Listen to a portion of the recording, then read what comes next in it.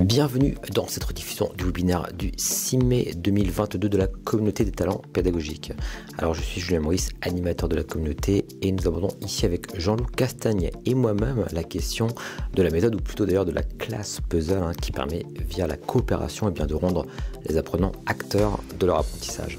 Vous verrez que nos deux interventions sont complémentaires, très pratico-pratique pour la première et beaucoup plus analytique pour la seconde. Avant de lancer la rediffusion, je précise d'ailleurs que vous pouvez rejoindre la communauté des talents pédagogiques sur son serveur Discord pour échanger avant et après les webinaires et vous abonner à la newsletter. Je mets tous les liens en description. Vous pouvez également vous créer un compte sur le site de la cartographie des talents pédagogiques, qui est un projet annexe à la communauté des talents, sur lequel vous pourrez trouver notamment de nombreuses ressources liées à la pédagogie. Sur ce, je vous souhaite un excellent visionnage. Et on y va. Donc voilà, je suis Julien Maurice à nouveau, ingénieur pédagogique. Et ce que je voulais vous montrer en fait dans ce webinaire, c'était l'utilisation de la méthode puzzle. Vous allez voir dans un contexte distanciel. Donc c'est une méthode que j'ai utilisée également en présentiel, mais je trouve que dans un contexte distanciel, ça a très bien marché. Et c'est quelque chose que j'ai mis en place 2 années de suite, parce qu'en plus d'être ingénieur pédagogique, je fais également des cours et je l'ai mis en place notamment avec des étudiants de Master 2 en technologie de l'éducation et de la formation à Rennes 2. Donc voilà, c'est quelque chose que j'ai fait deux fois de suite, l'an dernier puis cette année, et à chaque fois, ça s'est très bien passé. C'est pour ça que je voulais vous faire un petit retour sur cette méthode. Alors, tout d'abord, en termes d'historique, sachez que c'est une méthode qui a été développée déjà depuis un certain nombre d'années avec Elliott Aronson en 1971. Et finalement, l'idée, c'est d'avoir une méthode d'apprentissage coopérative. En fin de compte, à l'époque, finalement, ce qui se posait comme problème, en quelque sorte, c'était que cette personne avait en charge plusieurs types d'étudiants, notamment issus de différents, différents environnements, différentes classes sociales, entre guillemets. Et ce n'était pas facile de les faire collaborer ensemble, de les faire échanger, et surtout de faire en sorte que chacun ait à peu près les mêmes responsabilités dans des groupes, etc., dans des travaux collectifs. Et donc, en fin de compte, M. Aronson a mis en place cette méthode avec, vous allez le voir, un découpage de son cours suivant un peu quelque chose d'assez original, en tout cas à l'époque. Alors, ça va vous paraître tout de suite plus logique, en fait, en vous montrant comme ça cette capture. Donc, l'idée de la méthode, en fait, c'est quoi? C'est que vous avez votre classe, donc vous avez votre groupe, entre guillemets, qui est complet. Et en fin de compte, vous allez ici découper votre thématique, donc votre cours, en 4 parties. D'accord? Vous allez voir, c'est vraiment assez intuitif. Une fois que vous l'avez bien pris en main, ce n'est pas très compliqué à mettre en place. Il faut trouver évidemment après le bon découpage adéquat. On pourra en reparler après. Mais en gros, l'idée, c'est ça. Une fois que vous aurez découpé votre cours en 4 parties, vous allez déterminer ce qu'on appelle des groupes experts pour chaque partie de votre cours. D'accord? Donc ça, là, je vous le parle pour vraiment une séance. Ça pourrait carrément être pour plusieurs cours. Là, dans mon cas, c'est vraiment pour une séance. Et je vais aller beaucoup plus dans le détail après en vous montrant vraiment ce que j'ai fait par rapport à ça. Et ensuite, l'idée, c'est qu'une fois que les personnes ont travaillé entre experts, ils reviennent dans un groupe d'apprentissage qui est en fait composé d'un expert de chaque domaine. Et là, c'est là que va se passer, on va dire, tout l'aspect coopératif, tout l'apprentissage, etc. Voilà, vous allez voir, ça va vous paraître beaucoup plus logique quand je vais vous donner un exemple très concret, très précis. Donc, je vais passer tout de suite au slide suivant. Alors, moi, dans mon cas, je l'ai mis en place pour un cours, finalement, sur la vidéo pédagogique. En fait, je souhaitais former ces étudiants-là qui vont être des futurs ingénieurs pédagogiques à tout ce qui concerne la vidéo, mais vraiment dans le cadre pédagogique, c'est-à-dire à la fois sur l'accompagnement, la mise en ligne, la création, etc. Donc, il y a vraiment un aspect assez global, on va dire, dans cette mission. Alors, ça tombe bien, c'est magique. À chaque fois, j'ai à peu près 16 personnes. En tout cas, là c'est vrai que c'est vraiment l'idéal parce que c'est des groupes assez restreints, tout en étant quand même assez nombreux également, parce que 16 personnes, on peut déjà faire pas mal de choses. Et donc, la modalité était en synchrone à distance, donc tout simplement sur Zoom. Alors, sachez que tout ce que je vous présente là peut bien sûr se faire en présentiel. Mais moi, dans mon cas, c'était en synchrone, donc sur Zoom. Nombre d'heures, 3 heures. Ça, c'est quelque chose d'important aussi parce que vous n'allez pas pouvoir faire mettre en place la méthode sur 1 heure, par exemple. Il faut un certain laps de temps et vous allez voir pourquoi. Donc, au niveau des outils digitaux, et ça, c'est un point qui est important dans mon cas d'espace, enfin, dans mon cas particulier, parce que, encore une fois, c'est à distance. Donc, moi, je me suis servi de Moodle, de Zoom, mais également d'outils collaboratifs type Google Drive, Notion et Tarpad, par exemple. Donc, voilà, c'est des outils vous allez le voir, pour leur permettre de collaborer, d'échanger ensemble. Voilà un petit peu pour le cadre. Ensuite, pour l'aspect, cette fois-ci, l'aspect disciplinaire, entre guillemets. Donc, ce que j'ai dû faire, hein, vous avez compris dans cette méthode-là, c'est de découper finalement mon cours en 4 domaines. Donc, moi, ce que j'ai décidé, c'était de le découper dans un domaine qui était lié au logiciel, tout ce qui est logiciel pour les vidéos, pour monter les vidéos, pour créer les vidéos, etc. Okay, donc, il y avait un premier domaine qui était les logiciels. Le deuxième domaine que j'ai identifié, c'était le matériel. Voilà, pour avoir un bon son, je sais pas, une bonne caméra, des lumières, etc. Tout ce qui va concerner en fait la création de la vidéo, même le partage, etc. pour avoir vraiment une qualité optimale. Ensuite, le troisième domaine que j'ai identifié, c'était l'aspect pédagogique, entre guillemets. C'était pour qu'un ingénieur pédagogique, un futur ingénieur pédagogique, soit en mesure d'accompagner un enseignant bien dans la création de vidéos. Par exemple, il va lui conseiller d'utiliser un prompteur, il va le coacher quand il va être filmé, il va lui dire de surtout pas mettre de chemise verte quand il doit, si jamais il a un fond vert sur lequel il est filmé, etc. Donc, il va gérer les décors, etc. Donc, il y avait tout un aspect que j'ai appelé technopédagogique. Et enfin, j'ai déterminé un autre domaine qui était l'aspect multimédia, c'est-à-dire cette fois-ci, tout ce qui va être mise en ligne de la vidéo, partage de la vidéo, etc. Donc ça, c'est vraiment donc c'est 4 domaines vraiment spécifiques à mon enseignement. Encore une fois, vous projetez-vous dans ce que je vous dis. Pour votre cours, eh bien, l'idée, c'est de trouver de découper votre cours en 4 parties. Et comme ça, il faut que ce soit des choses assez homogènes et on pourra en reparler tout à l'heure. Et également, ce qui était assez intéressant dans mon cas à moi, c'est que ce que je leur ai demandé de faire après ce cours-là, pour, entre guillemets, l'évaluation, eh bien, c'était de créer un mini-séminaire, un mini-webinaire entre tous les membres d'un groupe. Eh bien, donc, chacun avait été expert dans de ces domaines-là et il devait me rendre ce webinaire sous format vidéo, évidemment. Donc, ça me permettait de valider également des compétences techniques qu'ils avaient. Ils devaient faire la mise en ligne, ils devaient me transmettre la vidéo, ils devaient tout gérer. Et ça me permettait également de valider certaines compétences. Donc, je faisais un petit peu d'une pierre deux coups. Et ça me semblait vraiment une évaluation totalement adaptée finalement, à la discipline, entre guillemets, que j'enseignais.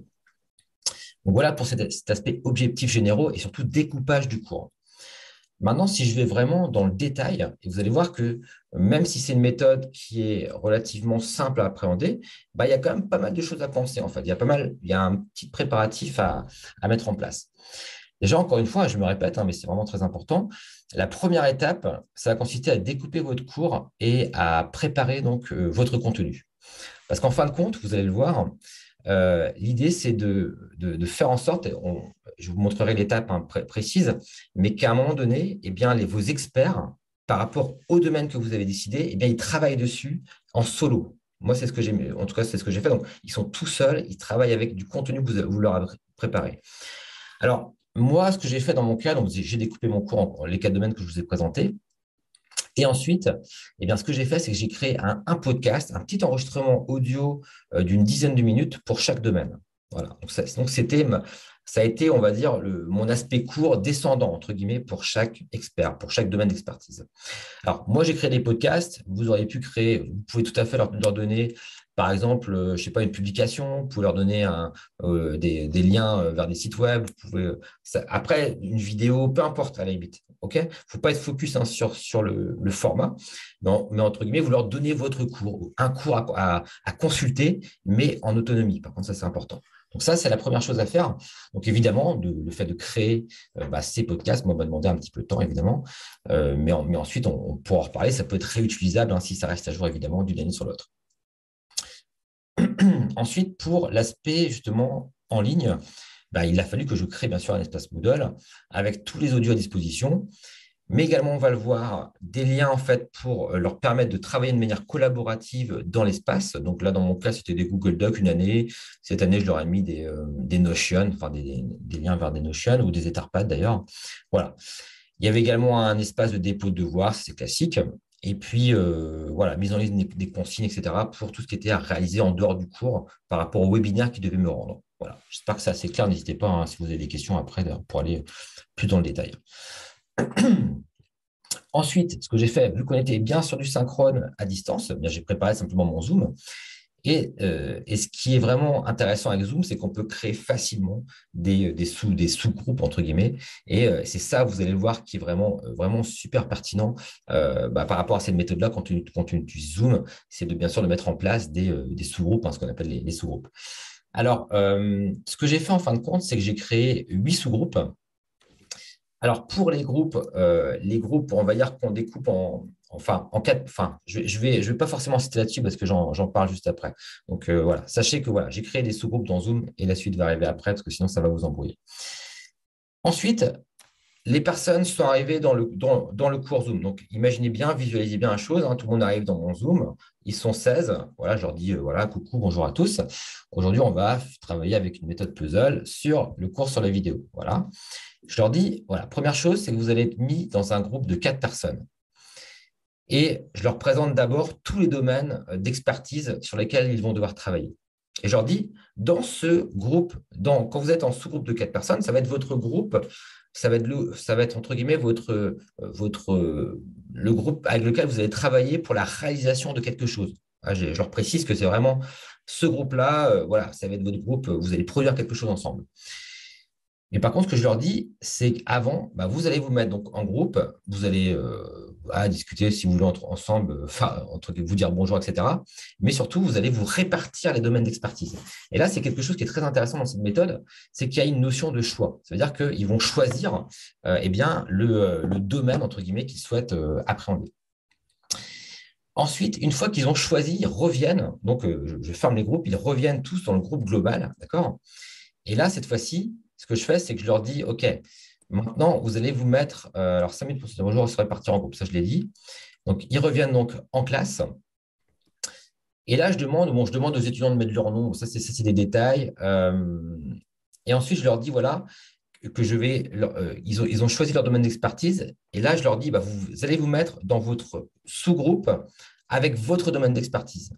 Mais avant cela, vous allez travailler tout seul pendant 1 heure sur le document, on va dire, ou sur le podcast lié donc à votre domaine d'expertise. Donc, ça veut dire que la personne qui s'occupe, je ne sais pas moi, de tout ce qui est mise en ligne des vidéos ou du matériel, par exemple, va écouter le podcast sur le matériel uniquement. Et je leur dis vraiment de travailler 1 heure avec ce podcast et également de faire des recherches complémentaires et de tout noter sur un petit document. D'accord? Une fois qu'ils ont fait ça, eh bien, je les mets donc en groupe experts. Donc, ils se retrouvent tous entre experts. Par exemple, les experts matériels ensemble, les experts, par exemple, logiciels ensemble. Ils doivent créer finalement un document ensemble qui résume un petit peu tout ce qu'ils ont appréhendé, tout ce qu'ils ont étudié ensemble. Et c'est pour ça que là, c'est très intéressant également. Ils se retrouvent donc cette fois-ci voilà, ils ont tous, on va dire, appréhendé le domaine, ils discutent, ils échangent. Et à ce moment-là, ce qui est intéressant, donc ça se passe ici. Donc, ils ont eu la consultation individuelle, donc l'écoute active, voilà. Et ça se passe ici, travail entre experts. Et pendant 30 minutes, donc, ils sont vraiment ensemble à construire un Google Doc. D'accord? Donc, ils ont travaillé tout seuls ensemble en solo sur le document que je leur ai donné. Et ensuite, ils sont à plusieurs. OK? Et là, donc, ce qui est intéressant, c'est que moi, je vois le document qui évolue aussi. Je peux voir un petit peu si ça avance.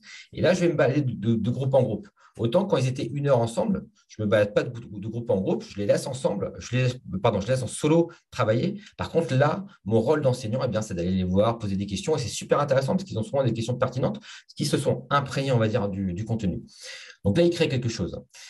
Et ensuite, l'idée, c'est qu'une fois qu'ils ont créé leur document, on revient à nouveau en groupe complet. Et là, je les remets ensuite en groupe d'apprentissage pour leur dire, dans mon cas, je leur disais, vous définissez 1 heure et vous allez créer en fait un webinaire sur tout ce que vous avez appréhendé et chaque expert va expliquer aux autres ce qu'il a appris. OK? Donc ça, c'était pour moi, mon évaluation à moi, entre guillemets. Après, vous, ça pourrait tout à fait être de leur demander de créer quelque chose en collectif où ils partagent bien toutes leurs compétences, tout ce qu'ils ont appréhendé, et où chacun est nécessaire, entre guillemets, pour accomplir l'exercice demandé. Donc voilà, ça c'est vraiment un petit peu le pas à pas, on va dire, de la méthode tel que moi je l'ai mis en place. Et voilà, il faut quand même être assez carré sur. Voilà, il y a un côté assez carré par rapport à ça. Mais vous allez voir, voilà, je vais vous donner maintenant d'ailleurs des choses qui, moi, m'ont paru très intéressantes par rapport à cette méthode. Encore une fois, je la mets en place maintenant tous les ans et c'est vraiment très agréable pour moi à jouer. Alors, ce que j'ai remarqué, c'est qu'il y avait une forte implication des étudiants. parce qu'il y a finalement une prise de responsabilité partagée. En gros, l'idée, c'est que si vous voulez, si jamais un des experts n'a pas fait le job, n'a pas fait voilà, n'a pas vraiment appréhendé son contenu, etc., bah, quand il va se retrouver en groupe de travail, eh bien, s'il n'a rien à dire aux autres, s'il n'est pas capable entre guillemets, de les aider, ça va être embêtant pour lui. Vous voyez ce que je veux dire? Donc, il a quelque part une responsabilité par rapport à son groupe, eh bien, de vraiment de maîtriser son domaine. Ce que j'ai trouvé très intéressant aussi, c'était cette idée de leur donner le choix également. Même si quelque part le choix est bien sûr limité, bah, quelque part ils se répartissent. Ils sont, ça, je trouve que c'est un petit peu, c'est le fait d'avoir du choix comme ça, c'est un peu Montessori d'ailleurs, mettez vraiment l'accent là-dessus. Ça favorise également l'implication. Ça apporte également de la souplesse pour le formateur, parce qu'en fin de compte, pendant qu'ils travaillent 1 heure sur leur document, bah moi, je peux continuer à peaufiner des choses, etc. Et ça, je trouve ça intéressant également. Donc, le formateur, pour le coup, a le rôle a le rôle du mort, comme on dit dans le triangle pédagogique de Jean Husset. C'est-à-dire que là, pour l'instant, on n'interagit pas avec eux pendant ce moment-là, mais par contre, on peut travailler de son côté, évidemment. Alors, également, il y a une dimension classe renversée, je trouve, qui est intéressante également dans la méthode, parce que finalement, bah, dans mon cas, vous voyez, c'était les experts qui créaient leurs documents. Donc, ça veut dire que finalement, le cours, entre guillemets, c'est eux qui le formalisent, même si moi, je leur ai donné du contenu également. Il y a à la fois une dimension où ils ont un contenu descendant de cours, et également, ils ont un contenu plutôt type classe renversée, parce que ben, ils ont produit le contenu eux-mêmes, on va dire. Donc, possibilité de rejouer les séances d'une année sur l'autre, ça c'est OK. Se prête bien également à une pédagogie, je trouve, centrée sur le développement des compétences. Et aujourd'hui, hein, on en parle à tort et à travers des compétences. Donc voilà, ça, je trouve que cette pédagogie-là se prête bien également à ça. On peut éventuellement découper son cours en compétences, des choses comme ça. Ça pourrait être vraiment une bonne approche, je trouve. Et enfin, pour terminer, les aspects, les points de vigilance que j'ai notés. Donc, il y a une longue phase de préparation quand même. Il ne faut pas la nier, hein, notamment pour créer vos documents, pour préparer un petit peu votre séance, à des compétences technopédagogiques importantes pour les formateurs. Hein, si jamais vous le mettez en place, en ligne notamment, voilà, il faudra que vous maîtrisiez un petit peu les fondamentaux de votre outil de classe virtuelle, par exemple, Moodle notamment, etc., des choses comme ça, des outils collaboratifs. Voilà, ce n'est pas non plus inatteignable, hein, évidemment, mais voilà, il y a quand même des compétences à maîtriser. Impose le découpage du cours en plusieurs domaines d'expertise homogènes. Donc ça, je pense que c'est peut-être l'aspect le plus difficile, je pense, à trouver vraiment le grain idéal pour découper votre cours en différents aspects, différents domaines d'expertise qui sont homogènes. Donc ça, c'est peut-être l'aspect sur lequel vous allez le plus réfléchir, mais ça se fait, hein, ça se fait très bien honnêtement, et je vous encourage vraiment à le faire. La compréhension du groupe également dépend de l'implication des experts. Donc, comme je le disais, c'est un avantage et un inconvénient. C'est-à-dire que s'il n'a pas fait le job, bah, finalement, on peut se retrouver avec des personnes qui n'ont pas appréhendé le contenu tel qu'ils auraient dû l'appréhender. Donc, ça peut être un peu un frein. Et enfin, ce que j'ai mis, c'est que ce n'est pas toujours simple de trouver une évaluation ou un travail à réaliser qui demande les compétences et l'implication de tous les experts. Donc voilà, il faut vraiment trouver, par exemple, moi, dans ce que je leur demande, il n'y avait pas forcément toutes les compétences qui étaient mises à contribution. Par exemple, il n'y avait pas l'accompagnement de l'enseignant, les compétences technopédagogiques ou les compétences de l'ingénieur pédagogique qui accompagnent l'enseignant, bah, elles n'étaient pas mobilisées dans ce que je leur demandais de faire. Ouais. Donc voilà, il faut vraiment essayer de trouver quelque chose qui va vraiment impliquer tous les experts. Donc ça, ce n'est pas toujours évident. Mais encore une fois, ceci dit, moi, je l'ai, entre guillemets, je suis vraiment convaincu par la méthode. Et malgré ces points de vigilance-là, bah, on pourra en reparler après. Mais en tout cas, je vous encourage vraiment à l'appréhender, enfin, en tout cas, à envisager son usage. Voilà, je ne vais pas prendre de questions tout de suite parce qu'on va tout de suite passer, je vais arrêter le partage de mon écran, à la présentation de Jean-Loup, hein, qui va peut-être aller plus dans des détails, on va dire, conceptuels. Hein. Jean-Loup, si tu peux partager éventuellement ton diaporama. Pas compris. Alors, bonjour à tous. Moi, je vais vous parler plus d'un point de vue sciences de l'éducation dans un premier temps et basé sur la recherche et les résultats de la recherche. Et puis, dans un deuxième temps, vous parler de deux façons dont je l'utilise aussi un peu à l'instar de Julien, mais ce sera très court. Alors, d'un point de vue historique, comme l'a dit Julien, déjà, les premières traces qu'on a, c'est le groupe d'enseignants autour de Elliott Aronson, comme il l'a dit, qui mettait en place, alors ce n'était pas pour des origines sociales différentes, c'était pour régler des conflits ethniques au niveau des États-Unis quand des lois sont passées comme quoi il fallait faire quelque chose à l'école, et dans son cas, c'était dans le secondaire, pour intégrer mieux dans les groupes les minorités ethniques par rapport aux Blancs. Dans le cas américain, c'était évidemment les Noirs et les Hispanos. Et donc, pour mettre ça en place, Aronson a réfléchi et a créé ce qu'il a appelé, comme vous voyez sur son livre qui a été publié en 1978, Jigsaw Classroom. Donc la classe puzzle, c'est comme ça que ça s'appelle quand on se revendique de ça, ça s'appelle une classe puzzle. Mais on verra qu'il est important de l'adapter à son contexte et d'expliquer un peu où on en est. Donc son but, c'était de mettre en place une méthode, et cette méthode, comme vous l'a dit Julien, elle se base sur un apprentissage coopératif. Et cette base, c'est ce qu'on appelle une interdépendance de ressources. C'est-à-dire, comme vous l'a dit Julien, chacun a un morceau, une pièce de puzzle qu'il faut mettre ensemble. Et donc, chaque élève, quelle que soit son origine ethnique, apporte une information nécessaire au groupe. Ça, c'est la base. Et donc, dans ce contexte-là, Aronson conclut que ça améliore les relations interpersonnelles qui elles-mêmes font que tous les élèves ont un meilleur sentiment d'appartenance au groupe classe, que ce sentiment d'appartenance, il a un effet positif sur l'estime de soi. Et là, on sait aujourd'hui, grâce aux neurosciences, qu'un élève qui ne se sent pas capable, par exemple, de réussir une tâche, son cerveau va s'activer beaucoup moins qu'un élève qui a une estime de lui par rapport à la tâche plus élevée. Et que par effet cascade, tout ça amène une meilleure réussite scolaire de tous les élèves. Et donc, l'évaluation dont Julien vous parlait, chez Aronson, non, l'évaluation, c'est la méthode classique d'évaluation, examen individuel, qui est basée sur ça. Le deuxième point important, c'est que pour Aronson, c'est sa façon d'enseigner. Ça veut dire que tout son enseignement fonctionne en mode classe puzzle. Et donc, comme vous l'a dit Julien, mais avec les mots d'Aronson, le déroulé, c'est un temps individuel de lecture, un temps en groupe d'experts où le but est de se mettre d'accord sur tous les experts. Chaque groupe d'experts a un texte commun. Et c'est un moment où ils développent leur expertise, chaque élève développe son expertise, et c'est là aussi qu'en mélangeant les plus forts et les plus faibles à devenir de meilleurs experts. Et puis, ce que Julien appelait apprentissage, Aronson l'appelle le groupe puzzle, et le groupe puzzle, alors à ce moment-là, dans la méthode originale d'Aronson et de ses collègues, ils s'enseignent les uns aux autres.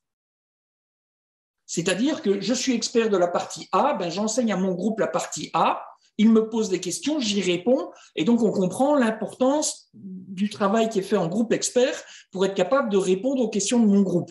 Et quand ils ont enseigné les uns aux autres, l'analogie tout à fait pertinente de Julien avec la classe renversée, la matière est vue, et c'est fini. Le travail du prof, pour Aronson, il est quand même beaucoup plus simple que dans le cas de Julien, qui de nouveau a adapté à son contexte. Il s'agit de diviser le contenu de mon enseignement en autant de puzzles différents. Chaque puzzle, je le divise en un nombre de pièces qui correspond au nombre de groupes que je vais faire, donc au nombre de participants dans chaque groupe puzzle. Et puis, chez lui, il n'y a pas de choix. Il crée les groupes et il attribue les pièces de puzzle aux personnes concernées. Donc, évidemment, avec une méthode comme ça, comme l'a dit Julien, il y a un travail en amont à faire, mais il y a des impacts aussi sur un certain nombre de choses. Voilà pour le point de vue historique. Maintenant, que dit la recherche sur les résultats, les avantages et les limites de la méthode? La première chose que dit la recherche, c'est que sur les plus de 100 études, tout ça est très, très hétérogène. La première chose, c'est qu'il y a des gens qui disent « j'utilise la méthode puzzle, j'utilise la classe puzzle, je fais un jigsaw », sans décrire ce qu'il y a derrière. Et surtout, en s'éloignant beaucoup de ce qu'Aronson et ses collègues ont mis en place, sans expliquer. Donc, les effets sont-ils dus vraiment à la méthode pédagogique utilisée? A-t-elle été utilisée sur une seule séance ou sur tout l'enseignement?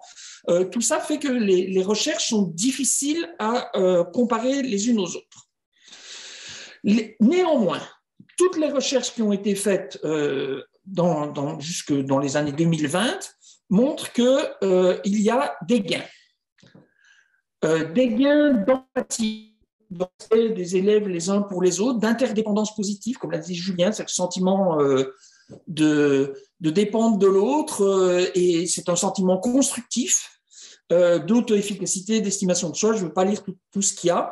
Et chaque étude rapporte des choses différentes et que tous sont d'accord pour dire qu'il y a des gains d'apprentissage qui sont liés à ces gains sociaux, comme dans l'hypothèse d'Aronson et comme dans ce qu'il a décrit comme effet dans son protocole. Et les gains d'apprentissage sont surtout efficaces pour les minorités, évidemment dans le cas d'Aronson, je vous rappelle, mais dans les expériences qui ont été conduites après, on montre aussi que c'est pas seulement les minorités ethniques, c'est aussi surtout plus efficace pour les élèves en difficulté ou les élèves les plus faibles dans la discipline qui est enseignée en classe puzzle. Et que cela n'a pas d'impact négatif sur les meilleurs élèves, bien au contraire. Tous progressent, même si les plus faibles progressent plus que les plus forts. Tous progressent, il y a des gains partout. Ça, chaque article mis en place. Au niveau des limites, Moreno a mis en évidence le fait que la charge cognitive pouvait être plus élevée pour les élèves. Alors, dans son cas, Moreno, il a eu la gentillesse dans son article d'expliquer qu'en fait, lui, c'était juste une séance. Et que quand on le fait pour une séance, se rajoute à la difficulté de devoir devenir expert de l'article ou du document, du sujet, de la pièce de puzzle que l'enseignant vous a confiée et que vous avez choisi, mais également se familiariser avec la méthode.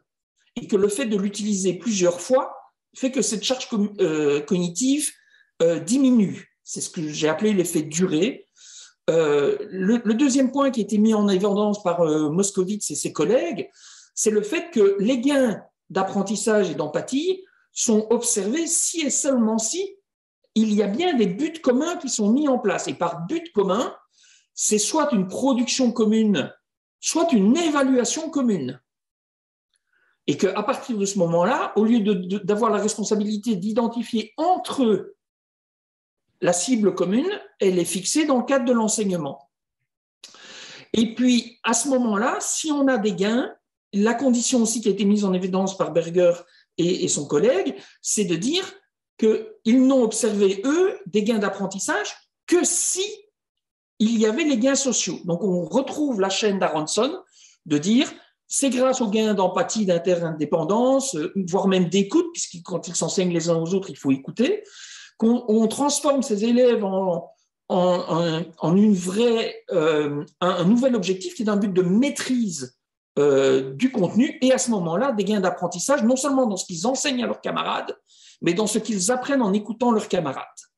Et puis en 2020, il y a un Français qui s'appelle Stan Zak, qui a fait une méta-analyse. Alors, ne vous inquiétez pas, le schéma n'est pas très important. Une méta-analyse, donc il a recensé une centaine de publications. De cette centaine de publications, il en a conservé 20 qui répondaient à des critères d'exigence. Et il montre les gains uniquement d'apprentissage. Gains d'apprentissage mesurés par des méthodes classiques d'évaluation de connaissances. Les examens que vous faites d'habitude avec vos élèves. Et vous remarquez que quand on fait la moyenne de tous ces résultats, donc au milieu, le petit pointillé, c'est il n'y a pas d'effet, c'est un effet zéro. Quand vous êtes à gauche, c'est des effets négatifs sur l'apprentissage. Les résultats entre le groupe témoin et le groupe qui a bénéficié de la classe puzzle ont eu un effet négatif. Et tout ce qui est à droite des petits pointillés, c'est des effets positifs. Et on voit qu'on a un effet positif moyen assez conséquent, autour de 1. Mais surtout, on voit aussi qu'il y a une grande dispersion. Une grande dispersion avec des choses très, très hétérogènes. Et donc, Stan Zak, dans son analyse, a fait une analyse statistique conséquente pour conclure qu'il y a des effets de période. En fonction des périodes, les origines géographiques des publications sont différentes, et notamment toute une série de publications du Moyen-Orient qui n'ont pas les mêmes critères d'évaluation et d'exigence que ceux des anglo-saxons et voire même des européens, et qui font que les résultats, cette variance qu'on voit dans les résultats, sont surtout expliqués par la localisation. Si vous faites vos études avec ça, avec la méthode turque par exemple, eh bien, vous allez avoir des effets, alors que si vous la faites avec la méthode anglaise d'analyse, méthode d'analyse, vous allez observer des effets beaucoup moins importants. La deuxième chose, c'est que ces résultats sont tellement merveilleux que ça questionne. Et ça questionne quand on les confronte, par exemple, aux résultats de l'apprentissage coopératif, en général, toutes méthodes confondues. Et on se rend compte que la littérature sur les effets de l'apprentissage coopératif rapporte moins de gains d'apprentissage que la classe puzzle. Donc ça pose des questions aussi sur qu'est-ce qu'on peut vraiment tirer de cela. Néanmoins, il est clair qu'il y a des gains. Mais il y a des contextes, comme je vous l'ai dit, avoir des buts communs fixés par l'enseignant et se concentrer sur les gains sociaux avant de se concentrer sur les gains d'apprentissage.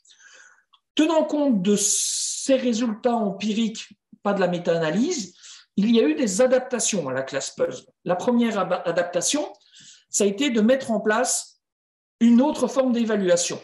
C'est-à-dire qu'il y a toujours l'examen individuel, seulement la note, c'est la note du groupe qui est la somme des individus divisée par le nombre d'individus.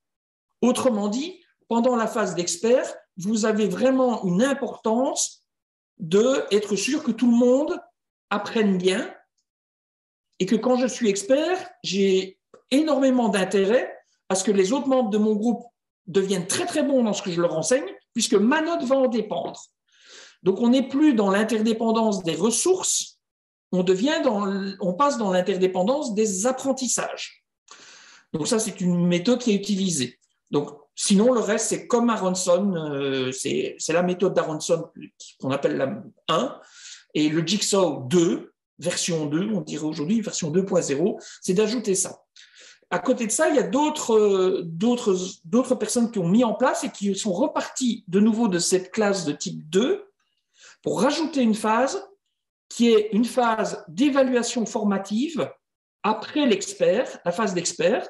Donc, chaque groupe expert a des questions à répondre sur son propre contenu et une correction commune pour être sûr que quand les experts vont enseigner, ils sont bien au bon niveau. Donc, ça, c'est le Jigsaw de type 3.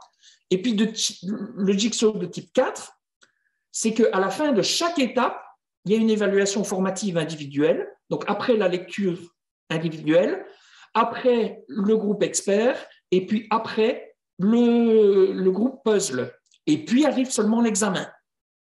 Et l'examen qui, comme on voit le 3, c'est la somme du 2, du 1.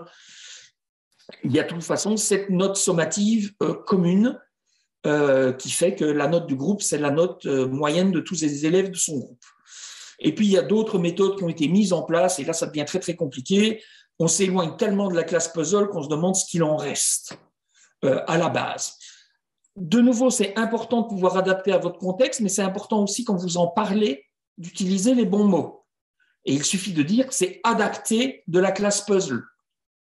On ne forme pas, pour la majorité d'entre nous, des chercheurs en sciences de l'éducation, et donc, évidemment, qu'ils fassent la différence entre une classe puzzle 1 et une classe puzzle 3 n'a aucun intérêt dans ce que vous enseignez. Et simplement de dire, pour éviter que quand ils aillent dans une autre classe puzzle, les élèves débarquent en disant « mais oui, on dit élèves parce qu'on est dans une école, même si on est en enseignement supérieur », les étudiants soient surpris par « ah bon, on ne peut pas choisir ? Mais quand on est avec M. Maurice, on peut choisir. Pourquoi on ne peut pas choisir ici ?» Ben oui, parce que M. Maurice a adapté pour que ça colle avec son contexte. Et puis, je vous avais promis brièvement 2 situations. Alors, c'est la formation des doctorants d'IMT Atlantique, des doctorants qui se destinent à avoir des tâches d'enseignement. Donc, il y a une production commune, il n'y a pas d'évaluation. Je ne fais pas des examens avec les doctorants ni avec les enseignants dans la formation des nouveaux enseignants-chercheurs. Donc, il y a une production commune et puis il y a une valorisation de cette production commune, un peu comme Julien.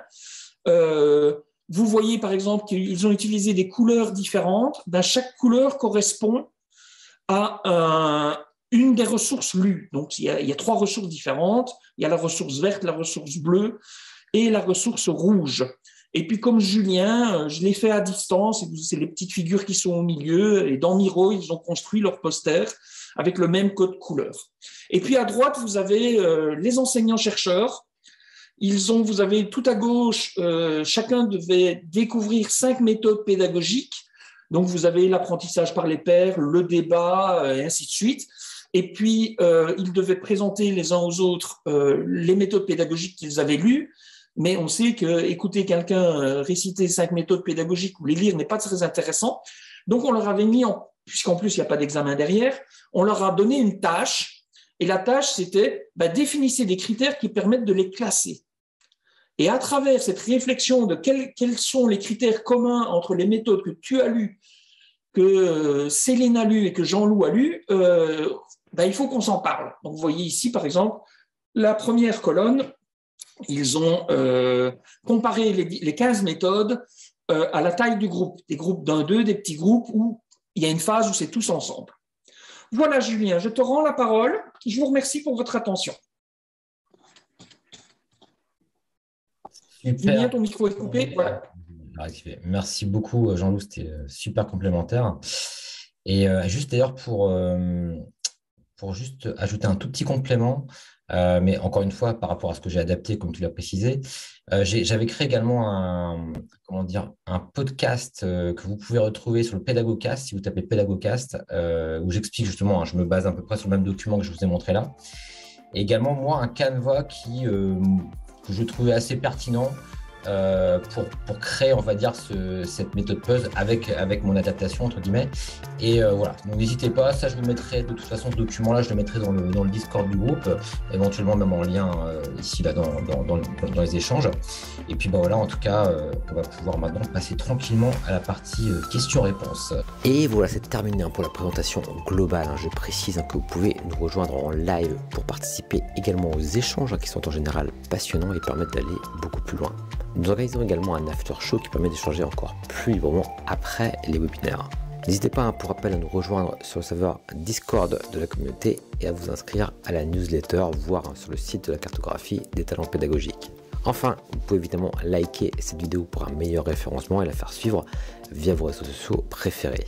C'était Julien Maurice, animateur de la communauté des talents pédagogiques, et je vous dis à très bientôt pour un nouveau webinaire.